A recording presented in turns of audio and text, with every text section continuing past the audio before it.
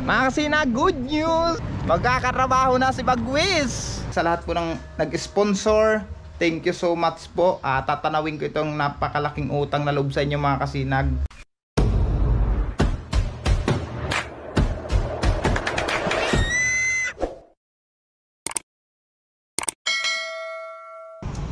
Mga kasinag, good morning! Nandito tayo ngayon sa EPSA. Magpapasa ako ng requirements. Nag-message kasi kahapon na yung requirements ko daw ipasa ko ngayong 9. May dumating na akong kasamahan isa, ayan o. Yun, ako po. Pero may parating pa. Yung iba naming kasamahan, parating din ngayon mga kasinag. Kailangan kasi may pasa namin to ngayon eh.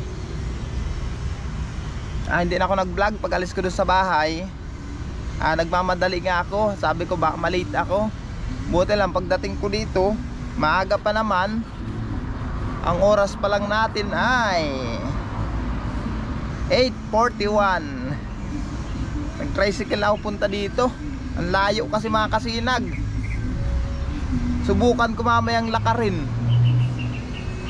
Sorbihin ko mamaya yung madaanan. Kasi hindi ako pamilyar sa lugar na ito eh. Banda dun sa gawi dun mga kasinag, pamilyar ako. Pero dito, first time ko makapasok sa lugar na ito. Kaya hindi ko alam kung anong gate ang pinakamalapit dito. Yung pwede ko bang lakarin para makatipid-tipid tayo. Kasi ang mahal ng pamasahe, 30. Mabuti kung may kasabay ka. Ay kung wala namang kasabay, tuwing umaga 30, sa hapon 30, 60. Tapos dyan naman ang pamasahe hanggang doon sa amin 25, 50, 110 araw-araw. Aray ko. Biro-biroin yung gagastusin ko. Pamasahe araw-araw 110. Sa loob ng 10 days 1,100 pamasahe pa lang yun. Yung pagkain pa. Pero okay lang yan. Pagsubok ito sa akin mga kasinag, panibagong pagsubok, kaya haharapin natin to. Sana malampasan natin ang pagsubok na ito, alang-alang sa ating pamilya, sa mga chikiting ko. Para sa kanila to mga kasinag. Kaya pagsisikapan natin na mapabuti tayo sa trabaho. Tatlo na kami mga kasinag, tatlo na. Ayan o. Kaway-kaway naman kayo dyan, dalawa. Ayan. Ando yung dalawang kasama. Inaantay pa namin yung iba. Tapos inaantay namin mag 9.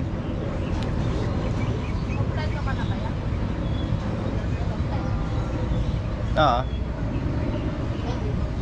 8:50. 10 minutes na lang. Mga kasinag, good news! Orientation namin bukas. Ayan o. Hey, kaway-kaway naman kayo dyan. Yan. Yan yung mga kasamahan ko. Wala yung isa, hindi dumating. Kami lang 4 mga kasinag. Nakapagpasa na kami ng complete requirements. Bukas orientation. Ayan ang gagawin namin. Kaya ngayon, pauwi na kami. Saan bang malapit na dadaanan ko? Main gate. Main gate? Ay, papunta. Gate 3. Gate. Baka mag main gate na lang ako. Gate 3. Ang mahal kasi ng pamasahe mga kasinag. Sabi mo lang 30 pesos ang tricycle papunta doon. Hindi biro.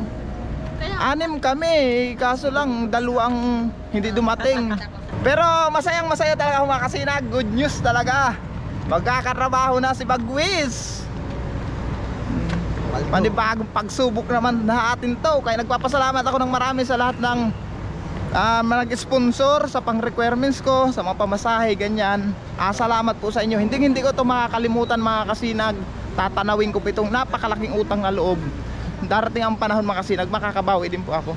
Hindi man para maibalik sa inyo, para sa mga kapwa ko na nangangailangan ng tulong din. Mga kasinag, salamat talaga ng marami. Saan kayo pupunta? Diyan na kayo daan sa butas? Bye bye. Kaway-kaway na lang kayo dyan. Yan. See you tomorrow. Yan, okay, bye bye.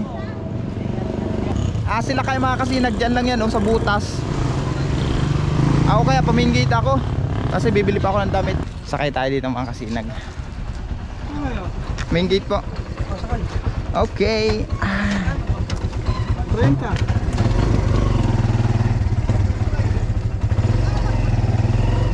Nakampis ka na guys. Shout out po. Shout out. Yan, yung viewers sa Sinag oh. Ay, papunta tayo ng main gate. Malayo-layo ho.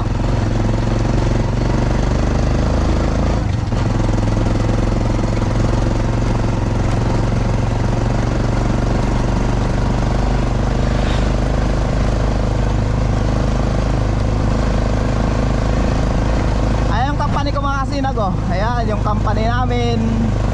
PMC. Ayan. Diyan kami babalik bukas para sa orientation. Oops, may hams. Okay, dito na lang. Bye po. Sasakay tayo biyaheng 13. Ayan. Okay. Tayo. Papunta na tayong Paradahan. Biyaheng 13 ito mga Kasinag, pero hanggang Paradahan lang ako. Tehero. Ito ang problema dito mga Kasinag pag uwian na. Dito sa lugar na ito nagkukus ng traffic. Dito sa Tehero. Umaga, hapon, yan. Traffic dito mga Kasinag.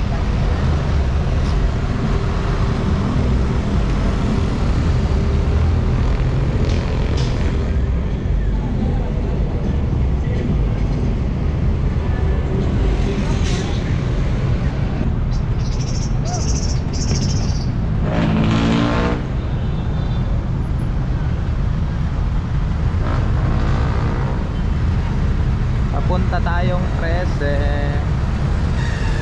Bakto.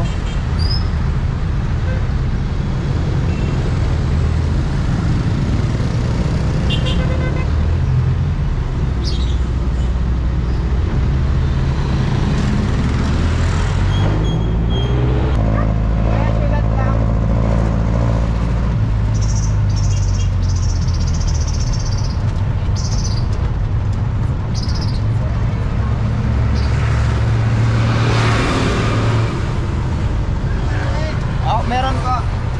Eh mga Kasinag, andito na tayo. Okay. Bawa lang natin ang jeep. Ayan oh. Araw-araw ganito ang mangyayari. Tuwing umaga, hapon.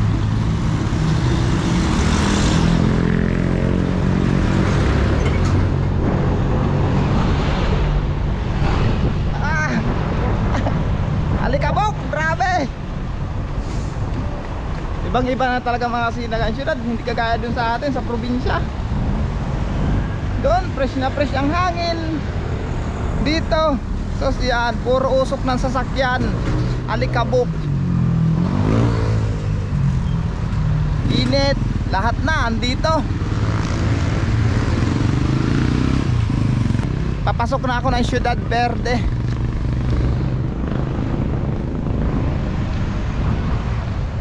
Pagdating ko maglalaba ako kasi nga bukas orientation.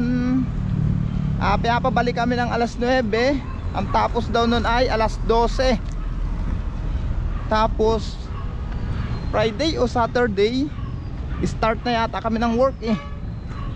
Ganun yung sabi ng HR kanina. Pero bukas ipapaliwanag namin sa amin mga Kasinag kung ano yung mga dapat namin gawin, tapos yung mga rules ng company. Bukas natin malalaman. Yan o.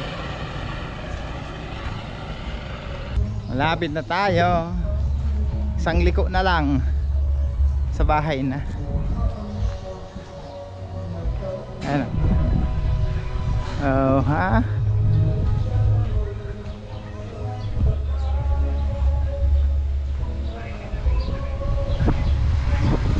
Andito na tayo.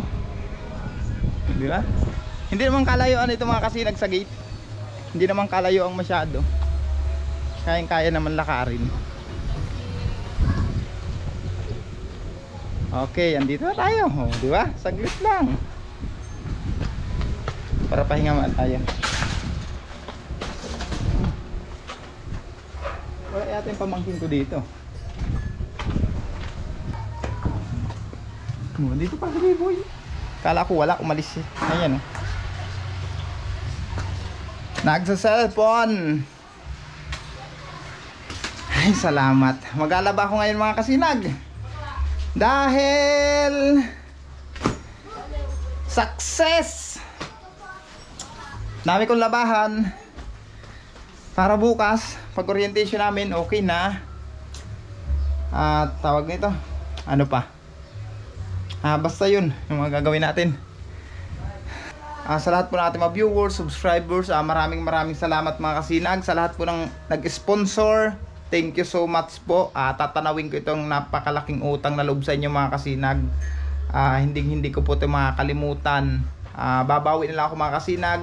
Pag naging maayos na ang kalagayan ko, hindi ko man maibalik sa lahat ng tumulong sa akin.